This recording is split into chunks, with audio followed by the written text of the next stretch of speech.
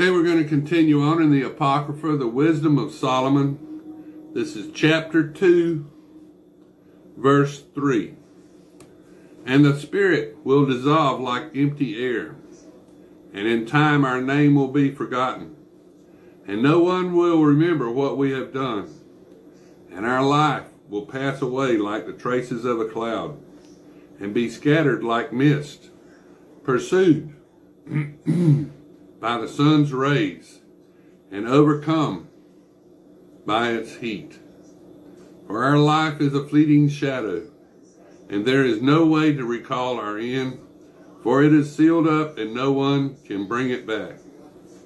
So come, let us enjoy the good things that exist, and eagerly make up the use of the creation as we did in our youth. Let us have our fill of costly wine and perfumes, and let us not miss the spring flowers. Let us crown ourselves with rosebuds before they wither, and let none of us miss his share in our revelry.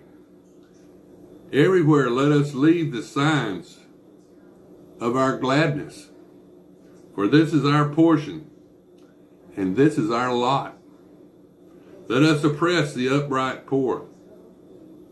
Let us not spare the widow, or respect the vulnerable gray head of the aged. But let our strength be our law of uprightness, for weakness is proved useless. Let us lie in wait for the upright, for he inconveniences us and opposes our doing, and reproach us with our transgression of the law, and charges us with sins against what we have been taught. He professes to possess knowledge of God, and calls himself a child of the Lord. We have found him a reproof of our thoughts. He is wearisome to us even to see, for his life is not like others, and his ways are strange. He considers us counterfeit, and avoids our ways as unclean. He calls the end of the upright happy, and boasts that God is his Father. Let us see whether what he says is true, and let us test what will happen at his departure. For if the upright man is the son of God, he will help him, and save him from the hands of his adversaries. Let us test him with insults and torture, so that we may learn his patience and prove his forbearance. Let us condemn him with a shameful death, for he will be watched over from what he says. So they reasoned, but they went astray, for their wickedness blinded them, and they did not know God's secrets, or hope for the reward of holiness, or recognize the prize of. For God created man for immorality, and made him the image of his own eternity. But through the devil's envy, death came into the world, and those who belong to his party experience it. But the souls of the upright are in the hand of God, and no torment can reach them.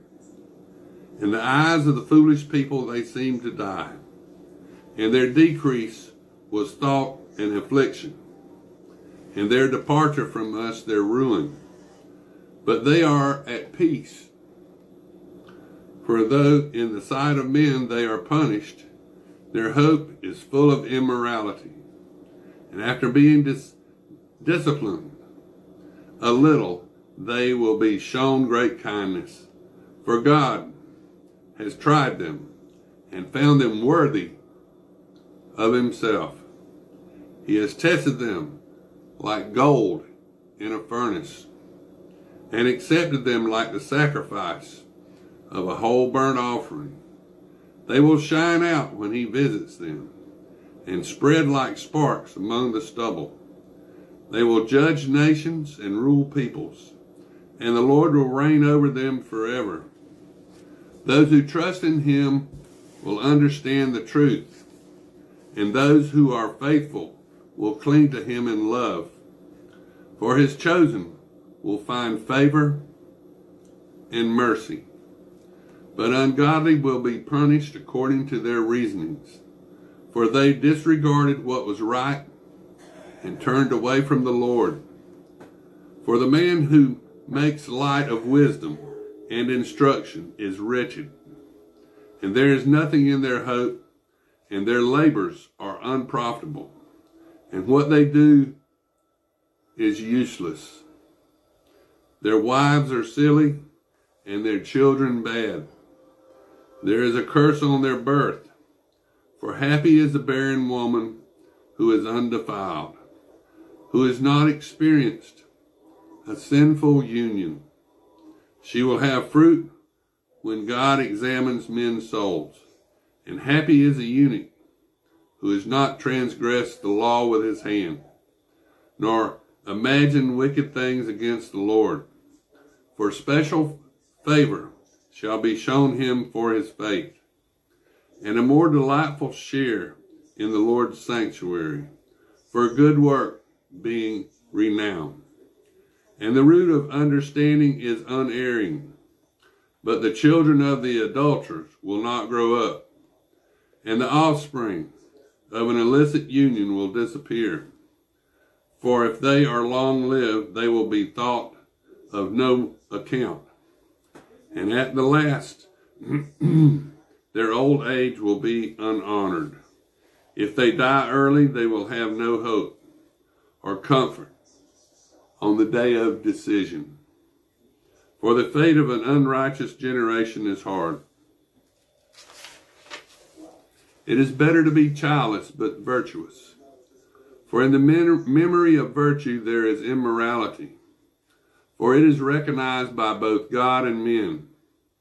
When it is present, men imitate it, and they long for it when it is gone. And it marches in triumph, wearing a wreath forever, victorious in the conquest for prizes that are undefiled. But the numerous brood of the ungodly will be unprofitable, and with its base-born slips will not strike its deep roots deep, or establish a secure foundation. For though it flourishes with branches for a while, it stands insecurely and will be shaken by the wind and uprooted by the force of the winds. The twigs will be broken off before they are grown, and their fruit will be useless, not ripe enough to eat, and good for nothing. For children born of unlawful slumbers will be witnesses to their parents' guilt when they are examined. But an upright man, if he dies before his time, will be at rest. For an honored old age does not depend on length of time, and it is not measured by the number of one's years. But understanding and gray hair for men, and a blameless life is old age. Because he pleased God well, he was loved by him. And while living among sinners, he was taken up. He was caught up so that wickedness might not alter his understanding, or guile deceive his soul. For the spell of wickedness obscures what is good, and the instability of desire perverts the innocent mind. Being perfected, in a little while he has suffered. He has fulfilled long years, for his soul pleased the Lord.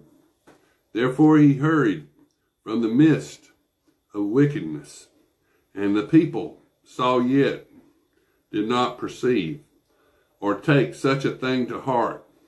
For favor and mercy are with his chosen, and he watches over his saints.